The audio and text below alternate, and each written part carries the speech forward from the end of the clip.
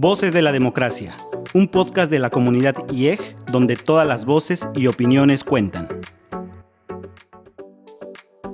Hola, ¿qué tal? Espero que estés pasando un maravilloso día, ya sea que vayas de regreso a casa, estés en medio de la jornada o rumbo al trabajo. Te agradezco que me permitas acompañarte estos minutos. Soy Daniela Bizani García Guerra y te doy una cordial bienvenida a este episodio de Voces de la Democracia, un programa del Instituto Electoral del Estado de Guanajuato. Ya lo sabes, un podcast de la comunidad IEG para la comunidad IEG. En el episodio de hoy nos acompañan la doctora Erika López Sánchez, profesora e investigadora del Departamento de Estudios Políticos y de Gobierno de la División de Derecho, Política y Gobierno de la Universidad de Guanajuato, y la licenciada Dulce María de Fátima Lara Morales, titular de la Unidad de Género y No Discriminación del Instituto Electoral del Estado de Guanajuato.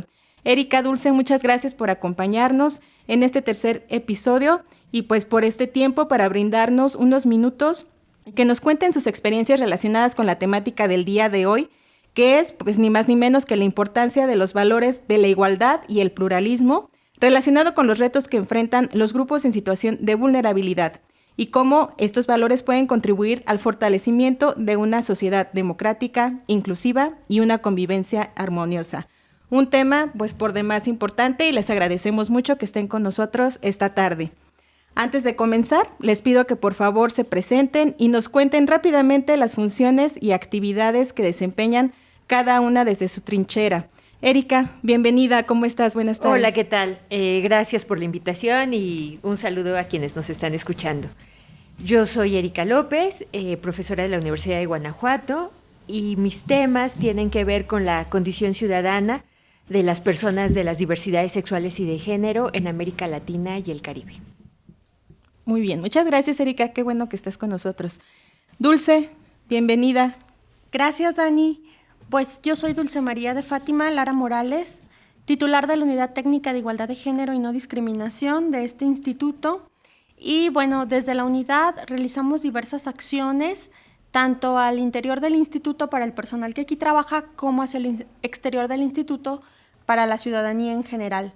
Por ejemplo, desde la Unidad de Igualdad tenemos un programa de inclusión laboral, gracias al cual actualmente trabajan con nosotros 9 personas con alguna discapacidad dentro del instituto. También promovemos acciones de inclusión, como por ejemplo, que haya intérpretes de lengua de señas mexicana en todos nuestros eventos y en las sesiones del Consejo desde el año 2018.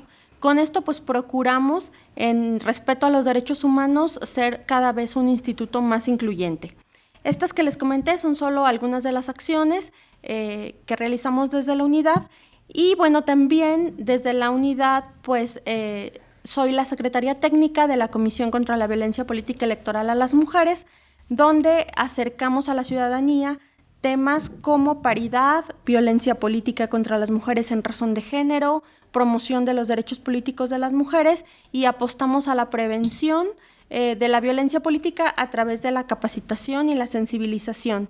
Y también desde esta comisión, durante este año, el Instituto Electoral tiene a su cargo el Observatorio de Participación Política de las Mujeres en el Estado de Guanajuato, desde donde también difundimos información para la participación política plena de las mujeres aquí en Guanajuato.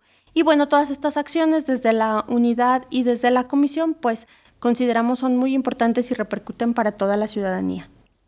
Bien, pues muchas gracias, Dulce, Erika, nuevamente por estar aquí en Voces de la Democracia. Y bien, para adentrarnos en el tema, haremos una dinámica, les explico en qué consiste.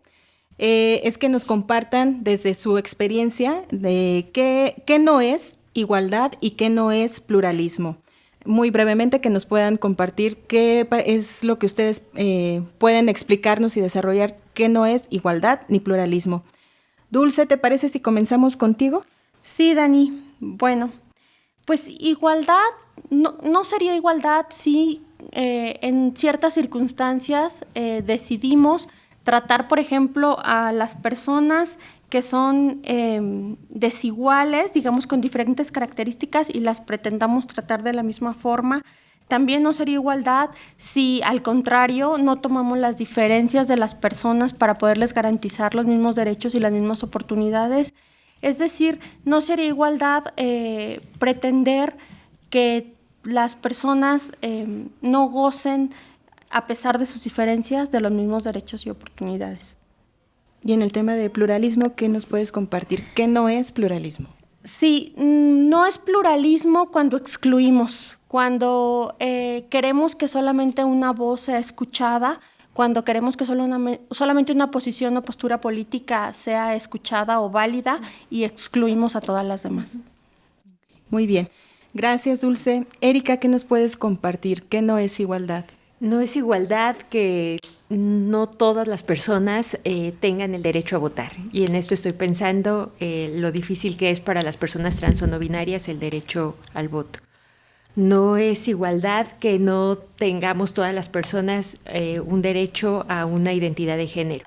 No es igualdad que no disfrutemos los espacios públicos de la misma manera por condiciones de funcionalidad corporal diversa, por ejemplo. No es pluralismo cuando existe solo un único partido o un partido hegemónico. No es pluralismo cuando se quiere que todas las personas piensen de la misma manera, que todas las personas tengan los mismos intereses. Muchas gracias, Erika. Y bueno, pareciera que en el día a día, ¿no?, tratamos de ser igualitarios, tratamos de ser plurales, pero a veces es tan sencillo cruzar esa línea y tener actos que caen en la discriminación o que caen en sesgos muy totalitarios. Uh-huh. Y bueno, creo que es parte de hacer esa conciencia, ¿no?, como sociedad. Uh-huh. Y bueno, a partir de esto que ya con esta dinámica nos han explicado qué no es estos conceptos, pues vamos a la otra parte. ¿Qué sí es la igualdad y qué es el pluralismo? Y bueno, aquí me gustaría que pudieran expresarnos, que pudieran compartirnos desde toda esta experiencia que tienen en su haber profesional y pues también personal, porque lo personal nos lleva precisamente a desarrollarnos, ¿no?, en estos temas que son tan valiosos para la sociedad. ¿Qué es el pluralismo y cómo lo vamos fomentando desde la familia, desde nuestras personas cercanas que no tienen que ver precisamente con familia, sino uh-huh. con amigos, amigas, desde nuestros ámbitos laborales, si estamos en la academia, si estamos en la institución? ¿Cómo fomentamos estos valores de la igualdad y el pluralismo? No sé quién de ustedes quiera compartirnos. Sí, yo. Bueno, el pluralismo, ¿cómo lo vivimos o cómo lo deberíamos de vivir aquí desde el instituto con nuestras compañeras y compañeros? Bueno, pues decíamos, el pluralismo es la inclusión, ¿no? Sería incluir a todas las voces, a todas las posiciones, a todas las posturas. Y aquí en la institución o en el ámbito laboral implica primeramente que tengamos un respeto por las personas que están alrededor de nosotros, que entendamos que sus ideas también son válidas, que no pretendamos que nosotras tenemos la verdad absoluta y que por este motivo solo lo que yo digo es válido, sino entender que todas las personas merecen ser escuchadas, ¿no? Y sus opiniones, sus ideas, sus posiciones son importantes, y eso aplica en nuestra familia, con las personas más cercanas que nos rodean, no desvalorizar su opinión, pero también aquí en el instituto, porque es muy fácil pues no ser empáticos, no querer escuchar a quienes nos rodean, pretender que sabemos más o podemos más que nuestras compañeras y compañeros de trabajo. Entonces creo que es muy importante ser empática, ser tolerante, escuchar y sobre todo esto, ¿no? No pretender que alguien o que yo tengo la verdad absoluta y entonces solo lo que yo digo es válido. Erika. El pluralismo, ¿qué significa? Que naturalmente las sociedades están divididas por intereses y por ideas. Y es como algo dado porque nos lleva a ir a un paso atrás del pluralismo, o sea, no porque sea de menor grado, sino como el fundamento del pluralismo es que la humanidad somos personas diversas, la humanidad es diversa, y en esa diversidad tenemos concepciones del mundo de la vida muy diferentes. Y esas concepciones del mundo de la vida justamente empiezan a construirse desde la familia, desde edades muy tempranas. Entonces, una consecuencia obvia es que si tenemos una diversidad humana va a existir esa diferencia. Y además está atravesada también por un montón de condiciones de clase, de género, de raza, de capacidades funcionales, corporales, es una gama de cosas que nos lleva, pero que siempre se ha sentido como una amenaza que la pluralidad, que viene sustentada desde lo diverso, va a generar conflicto. Entonces hay una idea de neutralizar. Y es muy fácil que desde casa nos enseñen a pensar como piensan quien nos cuida. Nuestros padres, nuestras madres, nuestros abuelos, nuestras abuelas, ¿no? Es como nos dirigen esas formas de pensar como los tíos, como no podemos disentir en la cena de Navidad, no podemos disentir los domingos en la comida, no puedes, en el trabajo no puedes pensar diferente a tu jefa, a tu jefe, porque entonces le estás atacando. Tenemos los riesgos, estamos habitando hoy en día un país que si piensas distinto a la persona mandataria, entonces eres contrario, representas una amenaza. Entonces siempre pensamos que la diferencia la vemos como una amenaza. Y eso hay que aprender y hay que tener mucha conciencia de que, o sea, intrínsecamente nacemos de manera diversa y eso nos va a tener que formar de una manera diferente en ideas y en intereses. Y rescato también algo muy importante que comentabas, que es el tema del conflicto. Creo que también parte de que satanizamos, por decirlo de alguna manera, este término, cuando en realidad pues del conflicto pueden surgir pues muchas nuevas ideas, ¿no? Y puede nutrir nuevos espacios, nuevas formas de convivencia, pero creo que sí es como arraigado este tema de pensar que el conflicto es malo. Y efectivamente, como decía Erika, la diferencia ya es la amenaza, ¿no? Y bueno, también se dice, ¿no? Estaba ese dicho de que, pues, para no entrar en pleitos, no hablemos ni de religión, ni de fútbol, ni de política. De política, exactamente.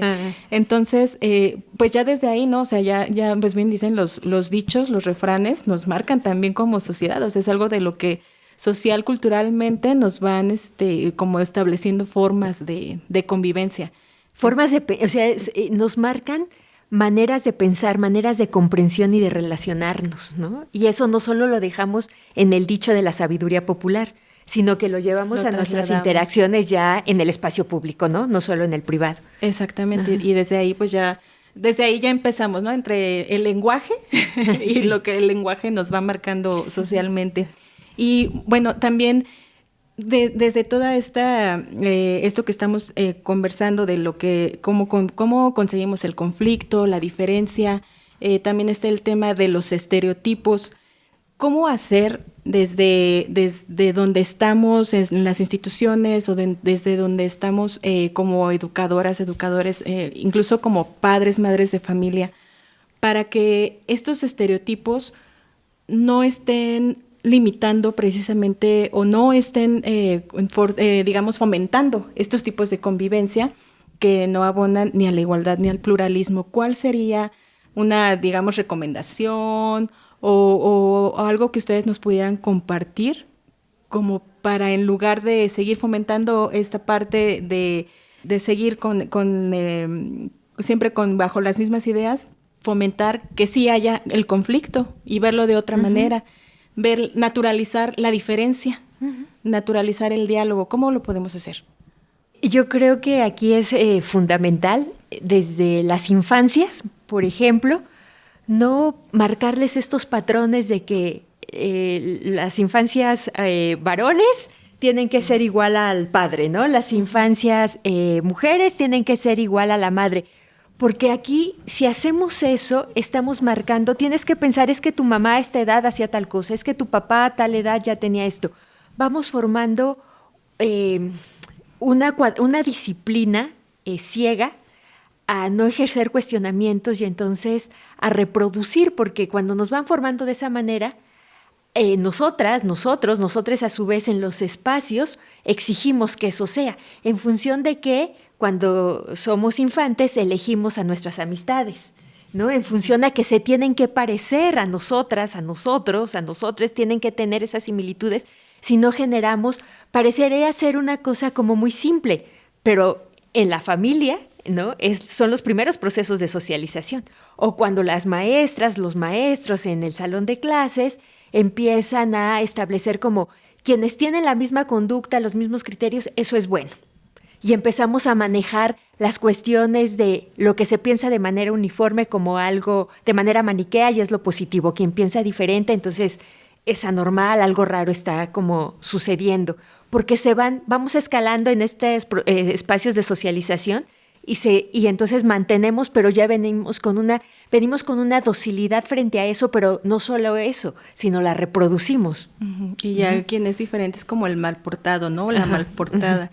Dulce, ¿tú qué nos podrías compartir? Pues yo creo que para tratar de no reproducir estos estereotipos y prejuicios desde casa, desde la primera infancia, tenemos que aceptar primero que nos equivocamos continuamente, ¿no? Yo con mis hijas me doy cuenta que me equivoco de continuo, o sea, está tan arraigado dentro de mí ciertas conductas, ciertos estereotipos, ciertos patrones de conducta que lo hago o lo digo, lo reflexiono y entonces acepto que me equivoqué, ¿no? Lo dije, lo pensé, sí, ¿no? O sea, discúlpame, hija, eso que te dije no estaba bien, así no era, así me dijo mi mamá un día cuando pasó eso y entonces yo te lo acabo de decir, pero así no es, ¿no?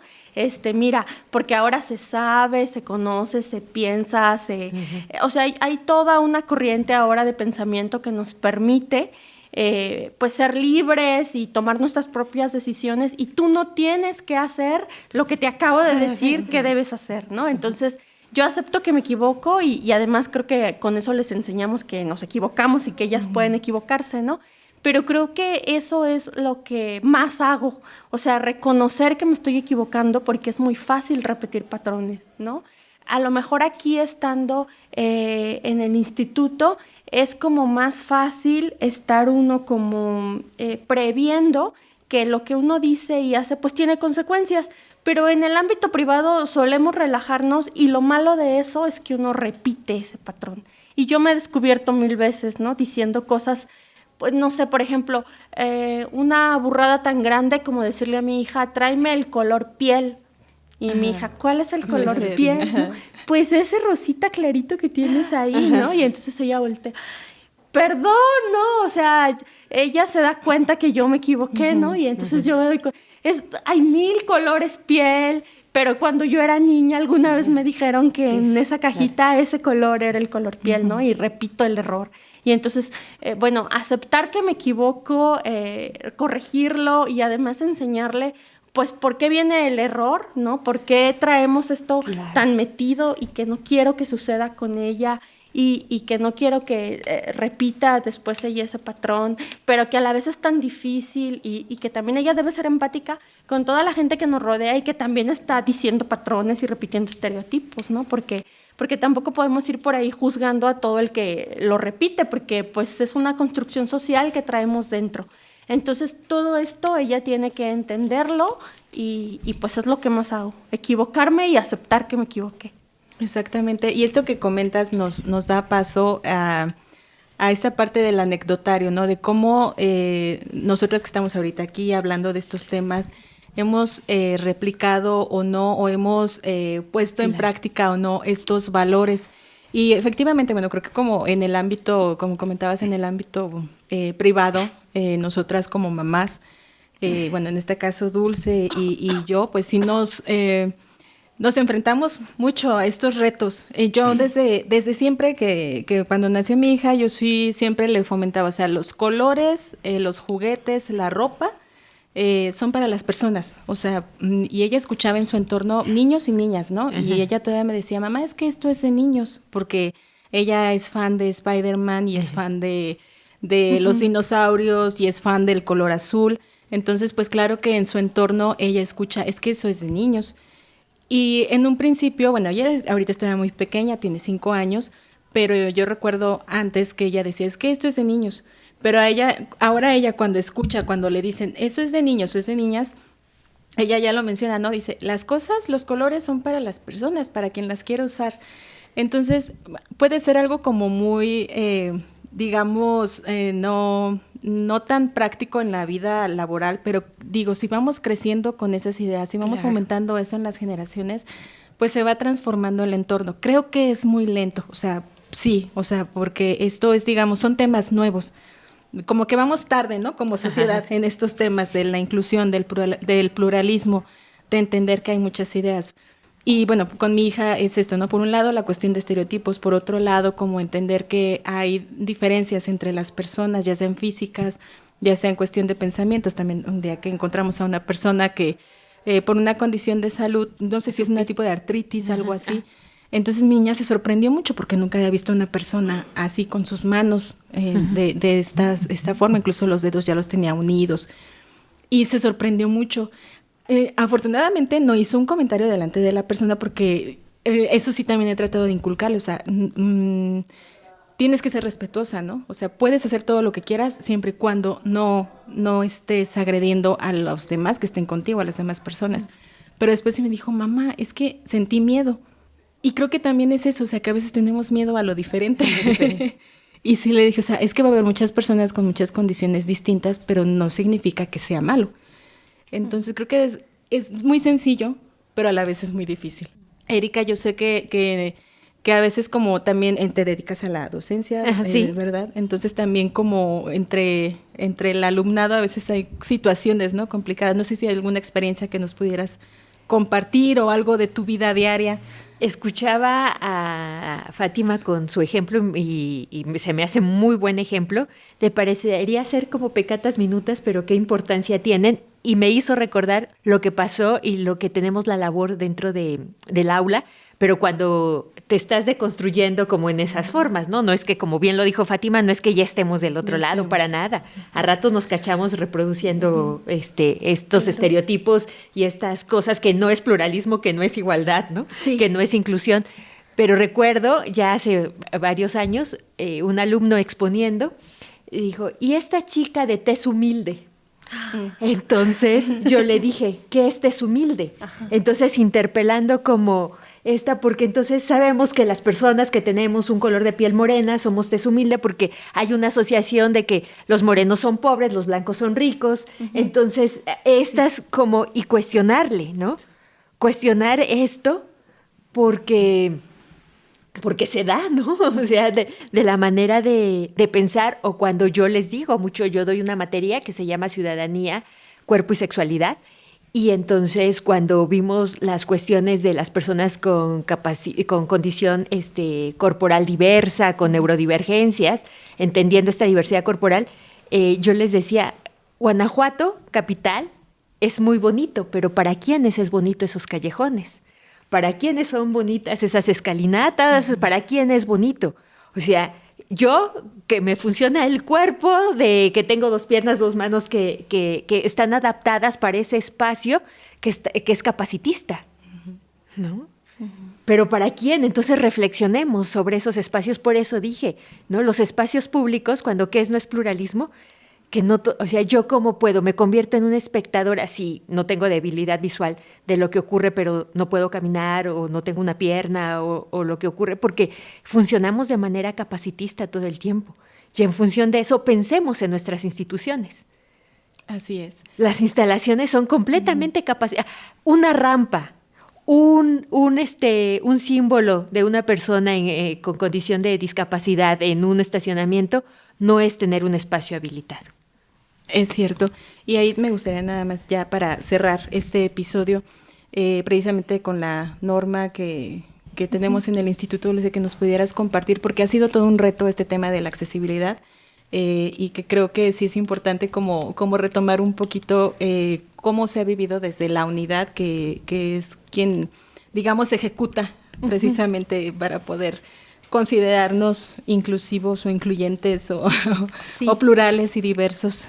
Sí, bueno, pues sí, Dani, tratando de hilarlo con los conceptos que hoy estamos revisando de igualdad y pluralismo, pues es que es muy fácil hablar de igualdad cuando, como dice la doctora Erika, pues todos somos personas convencionales, ¿no? O cuando no necesitamos algo en especial o o no tenemos una dificultad de discapacidad física, auditiva, visual. Entonces es muy fácil hablar Somos de igualdad. útiles para el ¿no? capitalismo, digo yo. Claro, entonces sí somos todas y todos iguales, porque no estoy pidiendo entre comillas, ¿no? Porque es nuestra obligación es ser inclusivos y tener instalaciones inclusivas, pero en esas condiciones es fácil hablar de igualdad y es fácil hablar de pluralismo, pero cuando ya notamos todo lo que nos hace falta, toda la difícil situación, en este caso con la norma 025 en igualdad y no discriminación que tratamos de aquí no solo implementar, sino ir mejorando.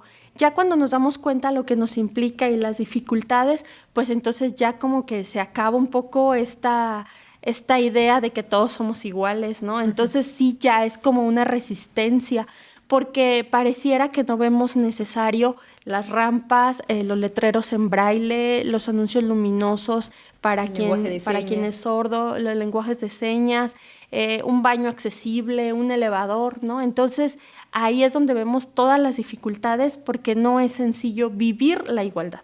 No es sencillo vivir el pluralismo. No es sencillo que vengan y nos digan lo que nos hace falta, ¿no? Esa voz no la queremos escuchar porque no es fácil, porque además hay una resistencia no solo pues de todas las personas en general, sino fuera de la institución hay una resistencia muy importante, ¿no? O sea, desde las personas que nos dan el presupuesto, digamos, desde las personas que construyen o diseñan un edificio. Todos tenemos un montón de resistencias y tomar a todas las personas en cuenta y vivir la igualdad realmente pues no es un tema sencillo. Pareciera que sí, pero no lo es. Cuando ya nos implica, pues podríamos decir que más trabajo, más atención, más recursos, modificar acciones y modificar instalaciones, pues no, ya no es tan sencillo. Pero bueno, finalmente nosotros poco a poco, y creo que en general la sociedad pues va avanzando. No como quisiéramos, como tú dices, vamos tarde, vamos lento, vamos resolviendo lo que ya se va presentando, pero sí creo que finalmente hay un avance, sobre todo con las nuevas generaciones, sobre todo con las personas que todos los días tratamos de corregir lo que nos equivocamos, pues sí, ahí vamos avanzando con la norma y pues ojalá que cada vez tengamos más acciones de inclusión. Bien. Pues muchas gracias, es corto el tiempo y el tema es larguísimo y yo diría que inacabado e inacabable y siempre perfectible. Pero pues bueno, agradecerles principalmente a ustedes que accedieron a brindarnos estos minutos para hablar de este tema tan importante y pues bueno, ojalá puedan estar con nosotros en algún otro episodio para hablar de otros temas. Erika, muchísimas gracias. No, por estar gracias con a ustedes, nosotros. Gracias al instituto. Dulce, pues por aquí seguimos en la lucha Sí, contigo. Dani, muchas gracias. Gracias por todo. Muchas gracias y pues bueno, sobre todo muchas gracias a ustedes que nos han escuchado.